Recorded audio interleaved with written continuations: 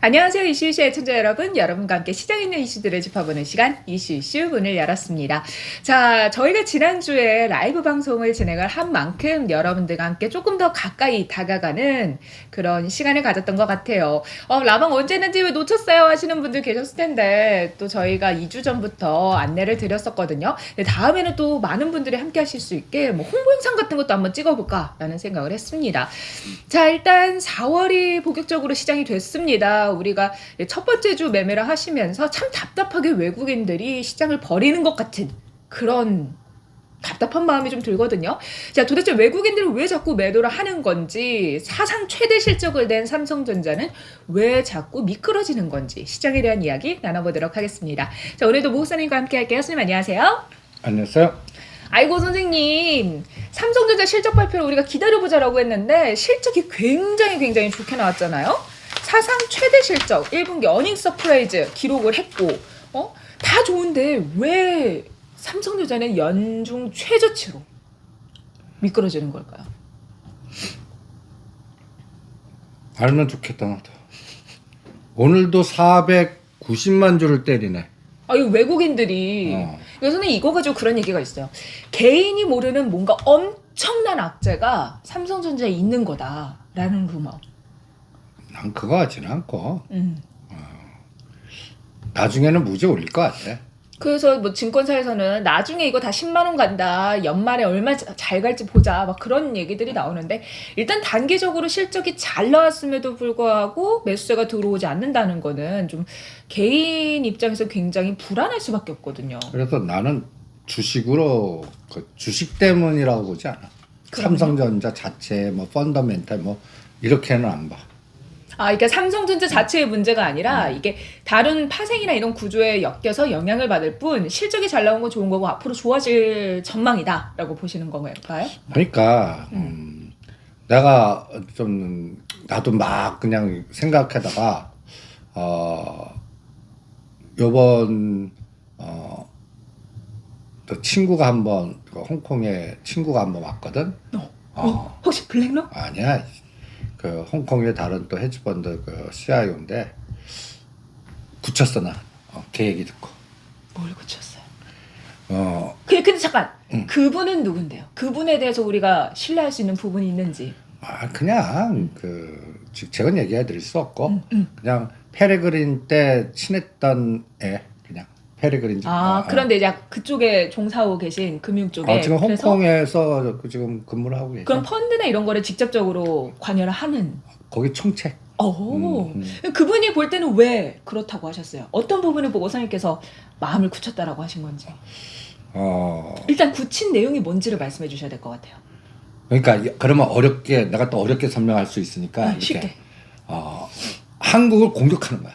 왜? 나중에 털고서 또 받아갖고 먹으려고.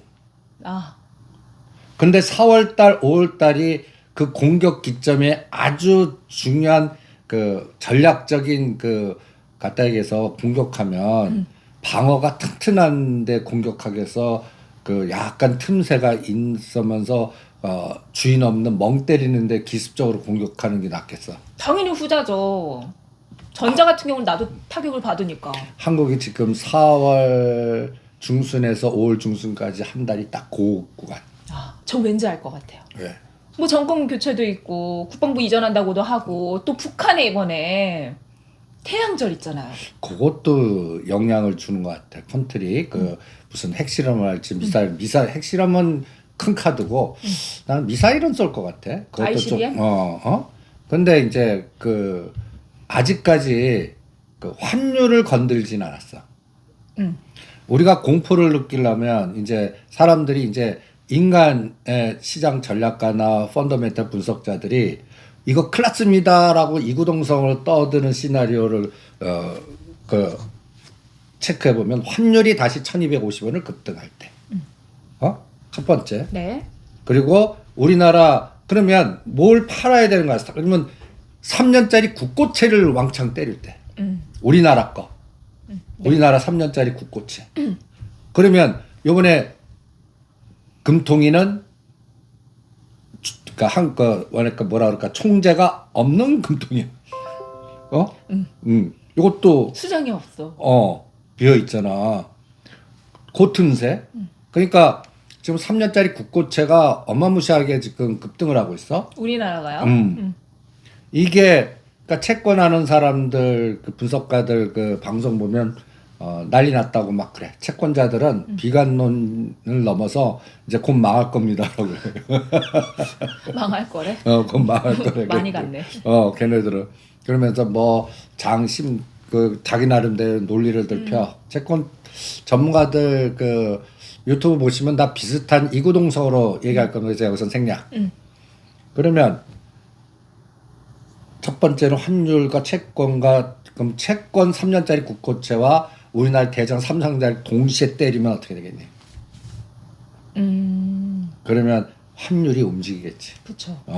아직까지는 뭐 3년 다 때려도 뭐 계속 그 단기간에 1조 이상 때려도 환율 안 움직이잖아. 근데 선생님 채권은 주식보다는 안전자산적인 경향이 있잖아요. 근데 채권을 매도한다는 거는 그 돈이 뭐 유동성 장세라서 국내 증시로 오는 게 아니라 그냥 엑시트하는 자금으로 우리가 해석을 할 수 있는 거죠. 아니 그러니까 아직 엑시트 하려면 환율이 막 튀어야 되는데 그래서 장을 이제 됐습니다라고 이제 썰을 필 수 있는 하나 그게 그레이트 로테이션 채권 팔아갖고 주식 옵니다.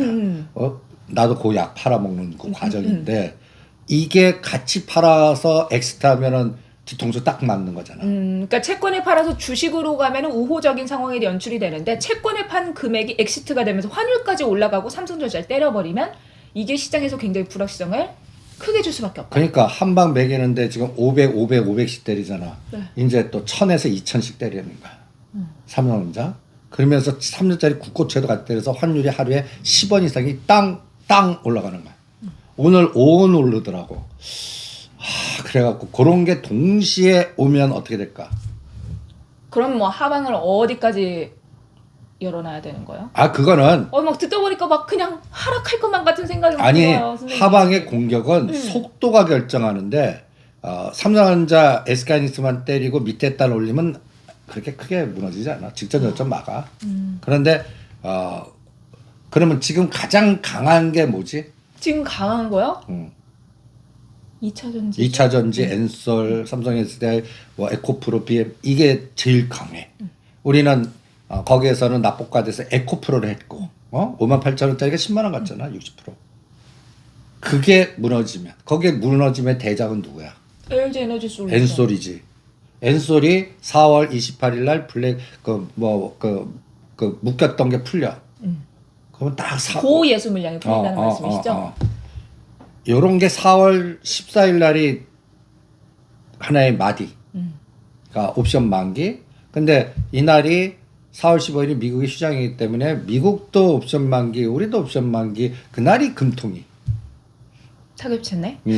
또 이거 묘하게 겹쳤어. 그날은 그냥 문 닫고 나가야겠다. 그러니까 그래서 4월 7일과 14일을 그러니까 어떤 면에서는 공격의 어떤 최적의 어떤 기회면 이때 공격했는데 막어. 그럼 뭐 이제 이긴 거고. 공격을 했는데 뚫렸어. 그러면 당하고 가는 거고. 그럼 그걸 막아줄 수 있는 세력이라고 하긴 그런데 그 대상들은 누가 될 수 있을까요? 기관? 다른 외국인이 우리는 뭐 할 수 있는 게 없구나. 우리는 없어. 연기금 같이 팔고. 이게 수장이 없기 때문에 그런 걸까요? 아니면 전체적으로 기관이 지금 그래서 그런 걸까요? 수장이 없어서. 수장이 없어서 뭔가 집행하거나. 그나마 오늘 연기금이 모처럼 빨간색 삼성전자 20만 주. 그래서 웬일이냐 했어. 그런데 매도하는 외국인의 490만 주 매도했지만 뭐 20만 주 들어와 봤자. 그래서 우리 튼튼한 개인 투자자 500만 주 사겠어. 근데 개인도 사면서 지금 굉장히 불안하다고 해요. 일각에서는 삼성전자 손절을 하고 애플로 넘어가는 게 훨씬 낫지 않냐. 그러지 마세요. 삼성전자 여기서 끝까지 사시면 그냥 끝까지 더 사셔갖고 10월에서 12월 달 파는 거야. 그냥 나는 한 놈만 패라는 그렇지. 마음으로. 우리 테슬라 미국 공격 같듯이 삼성전자 배신하지 맙시다. 여기서 사는데 그거 뭐 여기서 한 2,000원에서 5,000원 더 빠졌다 생각해. 그러면 62,000원, 65,000원 거기에서 더 모은다. 그리고 나중에 8만 원 올 때 판다. 그러면 딱 맞을 겁니다. 시간만 맞추지 않는다면. 근데 사실 삼성전자가 실적이 안 좋을 거라는 우려가 굉장히 컸어요. 그런데 이번에 뚜껑을 열어보니까 엄청난 어닝 서프라이즈인 거죠.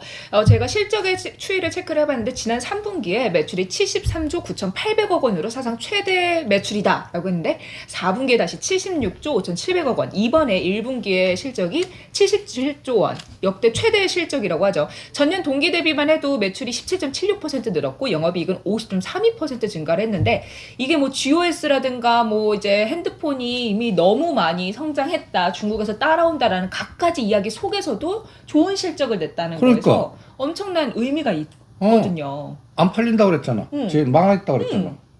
어마무시하게 팔렸잖아. 어마무시하게 팔렸어. 분기 1, 4분기 실적이 이렇게 나온 적이 없어. 근데 선생님 세세하게 좀 걸린 거 하나가 세세하게 어느 항목에서 어떻게 나왔고 그런 공개는 하지 않았잖아요. 그럼 요컨대 이게 좀 어디에서 나온 매출이냐 이거에 따라 달라질 것 같은데 반도체 뭐 부족 상황이나 이런 거 관련해서 그쪽이 좀 타격을 받는다면 2분기에는 이런 실적 추이를 이어가지 못하고 삼성전자가 주가가 반등하는데 좀 힘을 못 받지 않을까 하는 우려도 있거든요. 뭐 그건 우려감이지. 근데 지금까지도 그 우려감 속에서도 이런 실적을 냈다면 계속 나는 진행형일 것 같아. 그러니까 난 이 언론의 이런 분위기가 의도된 것 같기도 하고, 의도된 것 같아 느낌에. 근데 선생님 제가 그 말씀 들으면 좀 공감하는 게 저는 삼성전자 파고 애플 간다라는 기사를 봤어요. 근데 그걸 보고 나서 아 그런가 보다 하고 넘겼는데 제 친구들은 야 삼성 집 팔아야 되는 거 아니야? 야 애플을 사야 된다 이러고 있더라고요. 그러니까 아 그런 뉴스의 방향성대로 믿고 투자를 하는 투자자들도 상당하겠구나. 그럼 우리 노상 삼성전자 최고 실적 났는데 안 나면 일반 주린이들 딱 입장에서는 우리가 모르는 나쁜 게 있어 저거 빨리 팔아갖고 요새 종목장인데 갑자기 어떤 건 쟤는 이상한 거 샀는데 상한가 먹었대 이런 걸 자꾸 들으면 간다고 아무 중심이 없는 사람들은. 그래 꼭 그 케이스야. 그러면 선생님 우리가 전에 이 정권이 새 정부가 들어서면은 그때부터 삼성도 뭔가 투자를 할 거고 불확실성 법률적인 부분에 해소하려고 하는 움직임이 나타날 거다라고 하셨잖아요. 근데 안 해주시잖아 아직. 근데 이제 자기가 이제 5월에 들어가면 그 다음부터 좀 얘기가 달라질 수도 있잖아요. 그러니까 한 달이나 남았어. 이 요새 아유. 그거 있잖아. 어떤 느낌이냐고. 옛날에 뭐 한 달, 얼마 안 남았는데 한 달 남았어. 뭐 1년 이상 남았. 지금 그냥 뭔가 수익 났거나 뭔가 괜찮으면 괜찮아. 다 녹아나고 있는데도 아직도 한 달이야라면 이게 막바지에 지치거든. 꼭 지금 대형주들이 그런 것 같아. 그러면 선생님 앞으로 삼성전자의 그런 방향성은 좀 어떻게 예측을 하세요? 좀 올 연말까지 보면 괜찮을 거다라고 하셨지만 그래도 우리가 하방으로 보는 여기서는 좀 지지를 받아야 된다라는 라인이 있을 것 같아요. 나는 58,000원과 63,000원 사이. 58,000원과 63,000원? 한 5,000원 정도의 여기 갭이네요. 이제 한 10% 갭 정도? 그러니까 5%에서 막아내느냐? 그러니까 63,000원이라는 게 뭐냐면 팬데믹 나오기 전에 2020년도 1월 달에 고점이야. 그리고 나서 4만 원 팬데믹 깨져갖고 96,000원까지 갔단 말이야. 그거에서 일단 지진하지 않을까. 그러면 전에 8월 달 같이 뭐 하루에 3천만 주 때리는 건 없다는 거야. 많이 빠져봤자 500, 1000에서 땡. 1000만 주 때리는 게 이제 하나의 기준인데 이제 문제는 뭐냐. 엔솔을 이제부터 때릴까 봐. 우리는 45만 원이야. 그래서 엔솔이 때리면 엔솔과 연관돼서 에코프로, BM, 그 다음에 삼성, SDI 지금 그래도 사모펀드에서 움직이는 게 2차전자, 그나마 ETF나 패시브나 우리가 작년도에 11월 달에 에코프로 그 조합 사모펀드 다 엑스타니까 절대 하지 마십시오라고 하는 이 바닥의 흐름을 얘기해 드렸어요. 그래서 어떤 분들은 욕을 많이 했지만 그때 그걸 믿고 파신 분들은 그 짱돌 나오는 걸 피했다면 우리가 에코프로는 58,600원인데 다시 이제 뭔가 움직임이 있습니다. 이제 다시 세팅이 된 것 같네요. 이거는 난 분석하는 게 아니라 사람 팔로더맨 이 바닥에 그나마 ETF나 뭔가 운영의 의사결정권자들이 지금 바이오는 안 모여. IT도 서로들 치를 떨어. 리오프닝 쪽을 하겠다 하는데 리오프닝을 편입시키는 ETF가 별로 없어. 그러면 지금 BBIG나 뭔가 LG 에너지 솔루션을 그 포트 비중 가장 그래도 규합되는 게 2차전지 ETF BIG. 그러니까 거기에서 포트 조절하면서 지금 이쪽 뭐 첨번이 그다음에 에코프로 BM 이쪽이 그나마 지금 이제 바닥에서 에너지를 줬단 말이야. 이거를 같이 때려버리면 이제 할 말 없는 거지. 근데 선생님 그러면 다음 주가 되게 중요한 구간이라고 하셨잖아요. 삼성전자는 뭐 외국인이 들어온지를 체크를 해야 되는데 LG 에너지 솔루션을 비롯한 2차 전지주가 더 그래도 시장을 방어하면서 상승할 가능성이 높을까요? 아니면 또 순환이 되면서 다른 대장주가 나올 가능성이 높을까요? 대장주는 안 나와. 나와요? 대형주는 그냥 삼성전자가 가주셔야 돼. 자동. 우리 대장은 그냥 1, 2, 3이셔. 왜 1, 2, 3위가 아니야? 뭐 1, 2, 3이셔. 그거를 능가하는 코스피 3대장이야. 뭐야. 그 능가하시는 분들 없어. 근데 내가 기업을 보지 않고 이제 다른 측면으로 이번에 그 홍콩 친구 얘기 듣고 결정했다 그랬잖아. 이제 아까 이제 공격의 그 환경은 이제 알겠지. 네. 환율 뛰고 네. 그거를 결정하려면 무슨 변수가 나와야 가능할 것 같아. 그러니까 우리나라 시장이 불안정해지는 상황이 오기 위한 변수요? 그래서 시나리오를 한번 짜보자. 우리나라가 영향을 받아야 되니까 제 생각에는 중국에서 상해 셧다운이 더 이어진다거나. 그렇죠. 길어지면서 우리 때문에 오미크론하고 우리나라 제품 셧다운. 왜 우리 때문이야? 근데 지금 그러고 있어. 진짜 어처구니가 없어서. 지금 못 막고 있으니까.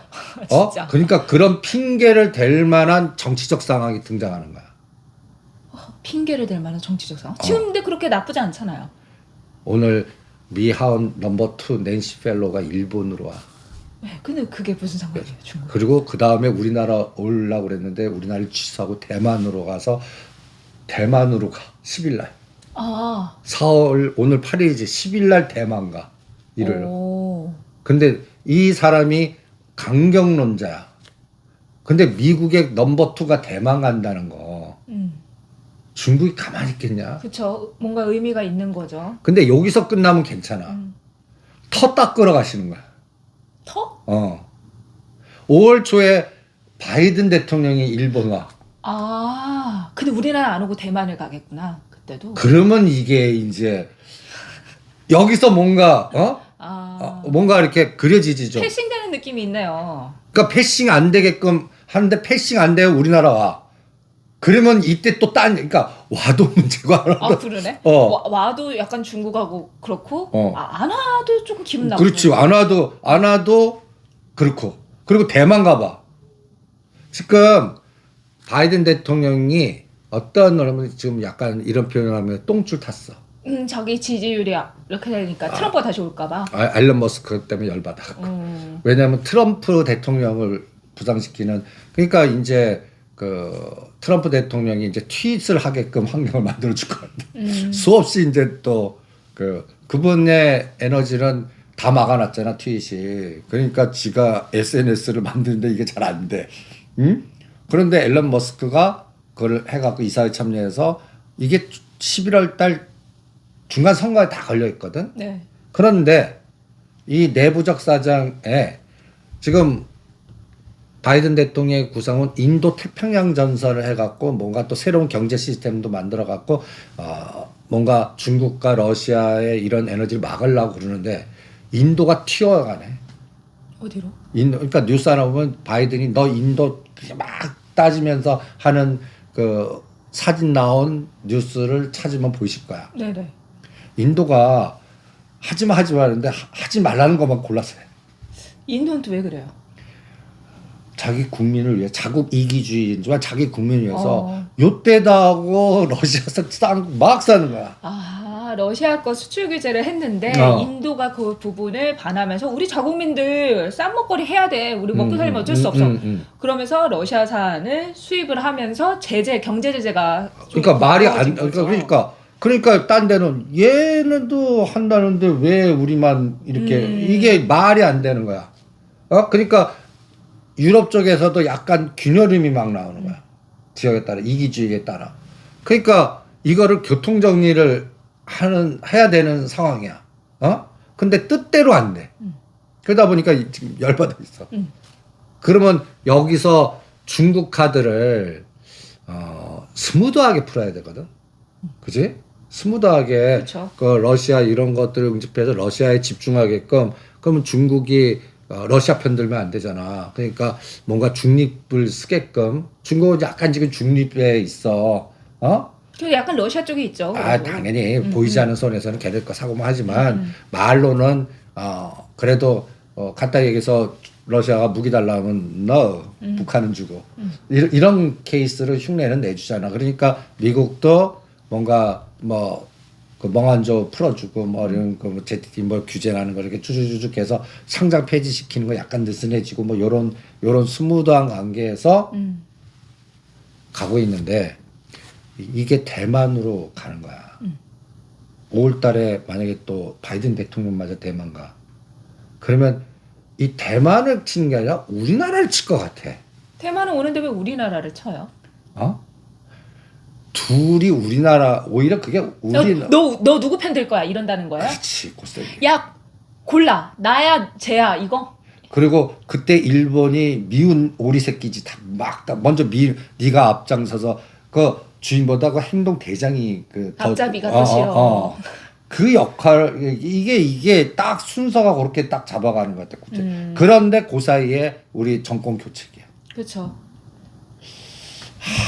그래서 좀 어렵다. 어렵지. 그런데 이런 걸 노리고 벌써 판을 짜서 공격하는 애들이 생기기 시작했대. 그게 문제인 것 같아. 걔네들이 지금 계속 500만 이렇게. 그럼 선생님, 우리를 공격하려는 세력은 이런데 그 우리를 방어해 주려면 또 다른 외국인이 들어야 된다면서요. 우리를 방어해 주기 위한 세력은 또 우리의 어떤 부분을 보고 들어와 줄 수 있을까요? 그러니까 채권마저 뚫리면 걔네들은 이제 그 쇼커바에서 수익증 같은 편으로 가버려. 그러니까 채권이 뚫리면 안 돼. 환율이 뚫리면 안 돼. 그거는 약간 컨트리 리스크하고도 있어. 환율이 갑자기 그냥 하루에 10원, 20원 써서 위로 뚫려가면 3년짜리 국고채가 뚫려버리면 뭐라고 떠들겠냐. 이제 진짜 엑스트라. 근데 그때 저 북한 놈들이 핵을 떡 터트린다든지 아주 그냥 신호탄을 그냥 따다닥 맞춰갖고 그리고 4월 18일부터 요때가 한미연합훈련이야 또. 네, 만약에 거기서 북한이 미사일 쏘면 걔는 우리나라 증시 지금 쇼커라는 거야. 저는 그렇게 생각합니다. 그거 아니고선 해결이 없는데 선생님 여러 가지 불확실성이 있고 지금 하방으로 가능성이 더 열려 있고 우리나라를 매력적으로 보고 들어올 만한 세력들의 그런 플러스적인 요인보다는 반대쪽으로 포지션을 걸었다 이게 안 됐다 싶을 때는 이쪽으로 또 힘을 합치는 리스크도 있다. 라는 말씀이신데. 근데 내가 왜 하냐면 걔가 패그제를 건들 수 있다라는 지네들끼리 홍콩 패그제. 그 환율 고정한 거잖아요. 7.75에서 7.85에 갇혀갖고 그냥 이 패그제로 갇혀놓는다는 거는 그 금융 허브 홍콩 중간상 여기에서는 최적의 보장을 해주는 거야. 그러니까 달러와 위안화가 그 교환되는 비율을 그 환율은 계속 변동을 하기 마련인데 어느 정도 그 범위 안에서 고정시켜놓은 걸 패그제라고 합니다. 그래서 그 패그제를 근데 누가 정했어요? 중국 정부가 정한 거잖아요. 아니지 미국이? 92년도에 얘네들 특별주의를 해서 홍콩은 특수지위를 부여한다. 중국도 오케이. 경제특구로. 그래서 거기에서의 움직임이 그나마 금융이나 모든 게 형성이 됐잖아. 근데 이게 삐그덕거린 게 언제부터 삐그덕거리다. 중국이 홍콩 하면서 그 사람들 본토로 하는 뭐 이름 까먹었다. 그 소환법하고 보안법 하면서 뉴스에 그냥 때려서 그게 2019년이야. 네. 2019년 내 기억으로는 6월 정도일 거야. 그때 패그제 하단 상단이면 7.75 하단, 7.85 상단인데 그때도 6월달에 7.85 뚫으려고 상단에 딱 갔어.